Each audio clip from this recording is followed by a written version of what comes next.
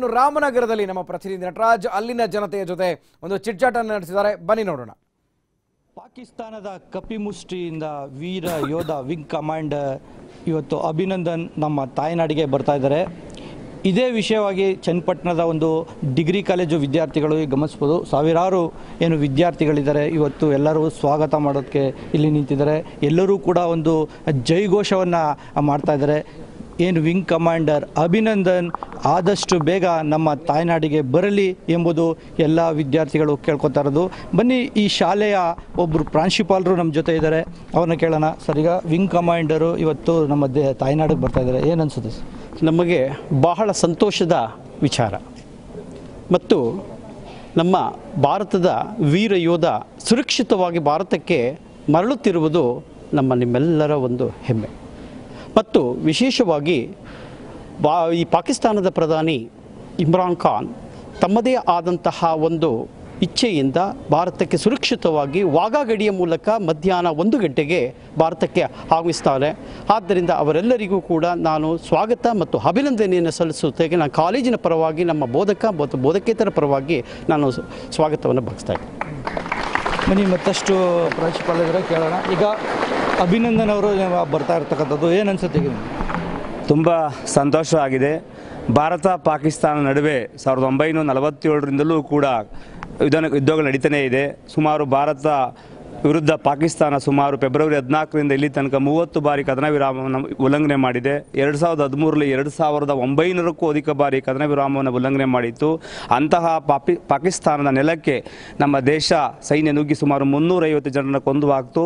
ಅದೇ ಸಂದರ್ಭದಲ್ಲಿ wing commander ಅವರ F-16 ವಿಮಾನ ಪತನವಾದಾಗ ಅವರು ಆ ಪಾಕಿಸ್ತಾನ ನೆಲದಲ್ಲಿ ಬೀಳ್ತಾರೆ. ಆದರೂ ಕೂಡ ಅವರನ್ನು ಪಾಕಿಸ್ತಾನ ಅಂತಕ್ಕಂಥದ್ದು ಹಿಂಸೆ ಮಾಡಿದ್ರೂ ಕೂಡ ಅಂತಿಮವಾಗಿ ಅಂತಾರಾಷ್ಟ್ರೀಯ ಒಪ್ಪಂದಗಳ ಪ್ರಕಾರ ಎಲ್ಲ ರಾಷ್ಟ್ರಗಳ ಒತ್ತಡಕ್ಕೆ ಮಣಿದು ಇವತ್ತು ಬಾಲ ಮುದ್ರಿಕೊಂಡು ನಮ್ಮ ದೇಶಕ್ಕೆ ವಾಪಸ್ ಕಳಿಸ್ತಾ ಇರ್ತಕ್ಕಂಥದ್ದು ಹೆಮ್ಮೆ ವಿಷಯ. ಅವರು ಸುರಕ್ಷಿತವಾಗಿ ಬರಲಿ, ಭಾರತ ಬೆಳಗಲಿ, ಭಾರತ ಹೆಮ್ಮೆಯ ಪುತ್ರರು ಇಂಥವರು ಸಾವಿರಾರು ಜನ ಹುಟ್ಟಲಿ ಅಂತೇಳಿ ನಾನು ಕಾಲೇಜಿನ ಪರವಾಗಿ ಆರಿಸ್ತೇನೆ. ಜೈ ಹಿಂದ್. ಜೈ. ನೀವೇನು ಹೇಳಕ್ಕೆ ಇಷ್ಟಪಡ್ತೀರಿ? ಭಾರತ ಒಂದು ಉಪಖಂಡ, ಮಹಾನ್ ರಾಷ್ಟ್ರ ಮತ್ತು ಭಾರತ ಸ್ಥಾಪನೆಯಾದಾಗಿಂದಲೂ ಶಾಂತಿಪ್ರಿಯ ರಾಷ್ಟ್ರ. ನೆರೆಹೊರೆಯ ರಾಷ್ಟ್ರಗಳ ಜೊತೆ ನಮ್ಮ ದೇಶ ಮೊದಲಿನಿಂದಲೂ ಶಾಂತಿ ಸೌಹಾರ್ದತೆಗಳನ್ನು ಪ್ರತಿಪಾದಿಸ್ತಾ ಬಂದಿದೆ. ತನ್ನ ವಿದೇಶಾಂಗ ನೀತಿಗಳಲ್ಲೂ ಅಷ್ಟೇ, ವಿಶ್ವಸಂಸ್ಥೆಯ ವೇದಿಕೆಗಳಲ್ಲಿ, ಅಂತಾರಾಷ್ಟ್ರೀಯ ಸಮುದಾಯದಲ್ಲಿ ಭಾರತ ಎಂದಿಗೂ ಶಾಂತಿಯನ್ನು ಬಿಟ್ಟುಕೊಟ್ಟಿಲ್ಲ. ಆದರೆ ಭಾರತಕ್ಕೆ ಒಳ್ಳೆಯ ನೆರೆಹೊರೆ ಸಿಕ್ಕಿಲ್ಲ. ಇದು ಚಾರಿತ್ರಿಕವಾಗಿಯೂ ಸತ್ಯವಾಗಿರ್ತಕ್ಕಂಥ ಸಂಗತಿ. ಅದರಲ್ಲೂ ವಿಶೇಷವಾಗಿ ಪಾಕಿಸ್ತಾನ ನಿರಂತರವಾಗಿ ಕಾಶ್ಮೀರ ಸಮಸ್ಯೆ, ಗಡಿ ಸಮಸ್ಯೆಗಳನ್ನ ಮುಂದಿಟ್ಕೊಂಡು ನಮ್ಮ ಶಾಂತಿಯನ್ನು, ನಮ್ಮ ಪರಾಕ್ರಮವನ್ನು, ಸಾಮರ್ಥ್ಯಗಳನ್ನ ಅದು ನಿರಂತರವಾಗಿ ಪರೀಕ್ಷೆ ಮಾಡ್ತಾ ಬರ್ತಾ ಇದೆ. ಇದು ಪಾಕಿಸ್ತಾನಕ್ಕೆ ಒಳ್ಳೆಯದಲ್ಲ. ಭಾರತ ಏನಾದರೂ ಮನಸ್ಸು ಮಾಡಿದರೆ ಕೇವಲ ಅರ್ಧ ದಿನದಲ್ಲಿ ಪಾಕಿಸ್ತಾನ ಇರೋದಿಲ್ಲ. ಈ ಸತ್ಯ ಸಂಗತಿಯನ್ನು ಅವರು ತಿಳ್ಕೊಳ್ಬೇಕು. ನಮ್ಮ ಶಾಂತಿಯನ್ನು ಇನ್ನೂ ಅವರು ಪರೀಕ್ಷೆ ಮಾಡೋದಕ್ಕೂ ಹೋಗಬಾರ್ದು. ಅಭಿನಂದನ್ ಅವರು ಇವತ್ತು ಬರ್ತಾ ಇದ್ದಾರೆ. ನನಗಂತೂ ಮೊನ್ನೆ ಭಾಳಷ್ಟು ಆತಂಕವಾಗಿತ್ತು. ಅವರ ಸೆರೆ ಹಿಡಿದಾಗ ಅವರನ್ನು ಪಾಕಿಸ್ತಾನ ನಡೆಸ್ಕೊಂಡಂಥ ರೀತಿ, ಪಾಕಿಸ್ತಾನ ನಿರಂತರವಾಗಿ ಅಂತಾರಾಷ್ಟ್ರೀಯ ಕಾನೂನುಗಳನ್ನ ಉಲ್ಲಂಘನೆ ಮಾಡ್ತಾನೆ ಬರ್ತಾ ಇದೆ. ಹೀಗಾಗಿ ಅಭಿನಂದನ್ ಅವರು ಬರ್ತಾ ಇರ್ತಕ್ಕಂಥದ್ದು ನನಗೆ, ನಮ್ಮ ಪ್ರಾಂಶುಪಾಲರಿಗೆ, ಸಹೋದ್ಯೋಗಿಗಳಿಗೆ, ನಮ್ಮ ವಿದ್ಯಾರ್ಥಿಗಳಿಗೆ ಅತ್ಯಂತ ಸಂತೋಷದ ಸಂಗತಿ ಆಗ್ತಾ ಇದೆ. ಅವ್ರು ಬರೋದನ್ನ ನಾವು ಕಾಯ್ತಾ ಇದ್ದೇವೆ. ಅವ್ರು ಬಂದ ತಕ್ಷಣ ನಮ್ಮ ಕಾಲೇಜಿನಲ್ಲಿ ನಾವು ಒಂದು ಹಬ್ಬವನ್ನೇ ಆಚರಿಸ್ತೇವೆ ನಾವು ನಿಶ್ಚಿತವಾಗಿಯೂ. ನಮ್ಮ ಭಾರತ ಯಾವತ್ತಿಗೂ ಬೆಳಗಲಿ, ನಮ್ಮ ಭಾರತಕ್ಕೆ ಒಳ್ಳೆಯದಾಗಲಿ ಅಂತೇಳಿ ನಾನು ಹಾರೈಸ್ತೇನೆ ಸರ್, ಎಲ್ಲರ ಪರವಾಗಿ. ಸಾಕಷ್ಟು ವಿದ್ಯಾರ್ಥಿಗಳಿದ್ದಾರೆ, ಬನ್ನಿ ವಿದ್ಯಾರ್ಥಿಗಳನ್ನ ಕೇಳೋಣ, ಅವ್ರು ಏನು ಹೇಳ್ತಾರೆ. ನಿಮ್ಗೆ ಏನು ಅನಿಸ್ತದೆ ಇವತ್ತು ಅಭಿನಂದನ್ ಬರ್ತಾ ಇರ್ತಾರೆ?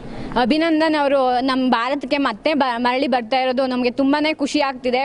ಪಾಕಿಸ್ತಾನದವರು ನಮ್ಮ ಭಾರತ ಶಾಂತಿಯಿಂದ ಇದೆ ಅಂತಂದರೆ ಅದನ್ನು ಶಾಂತಿ ಅಂತ ಅನ್ನೋದನ್ನ ಆಪೋಸಿಟ್ ಆಗಿ ತಿಳ್ಕೊಂಡೈತೆ. ಶಾಂತಿ ಅಂತಂದರೆ ಅದನ್ನ ದೌರ್ಬಲ್ಯ ಅಲ್ಲ.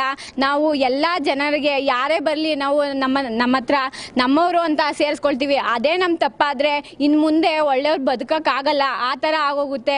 ಅಭಿನಂದನ್ ಅವರು ಅಷ್ಟೇ ಅಲ್ಲ, ಇನ್ನು ಎಷ್ಟೋ ಯೋಧರುಗಳು ಇದನ್ನು ಮಾಡ್ತಾ ಇದ್ದಾರೆ.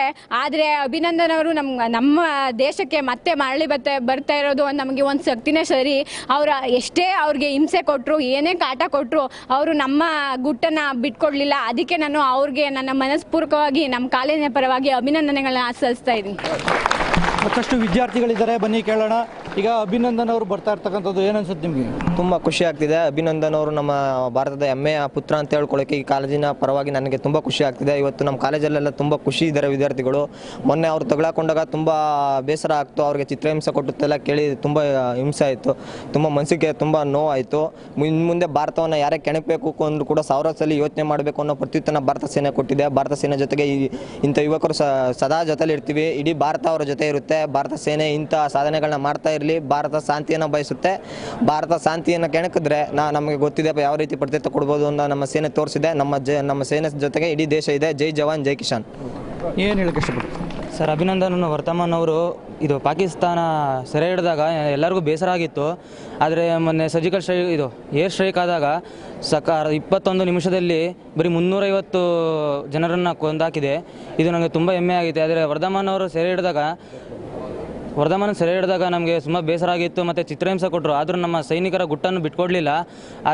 ಅದರಿಂದ ಮಣಿದು ನಮ್ಮ ಭಾರತಕ್ಕೆ ಪಾಕಿಸ್ತಾನದವರು ವರ್ಧಮಾನ ತಲುಪಿಸ್ತಾ ಇದ್ದಾರೆ. ನಂಗೆ ತುಂಬ ಹೆಮ್ಮೆ ಆಗುತ್ತೆ.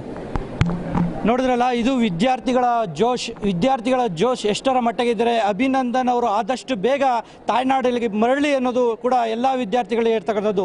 ಬನ್ನಿ, ವಿದ್ಯಾರ್ಥಿಗಳ ಜೋಶ್ ಯಾವ ರೀತಿ ಇದೆ. ಬೋಲೋ ಭಾರತ್ ಮಾತಾ ಕಿ, ಬೋಲೋ ಭಾರತ್ ಮಾತಾ ಕಿ, ವಂದೇ ವಂದೇ ವಂದೇ. ಕ್ಯಾಮ್ರಾ ಪರ್ಸನ್ ಚೇತನ್ ಜೊತೆ ನಟರಾಜ್ ಬೆಳಕವಡಿ, TV5 ರಾಮನಗರ.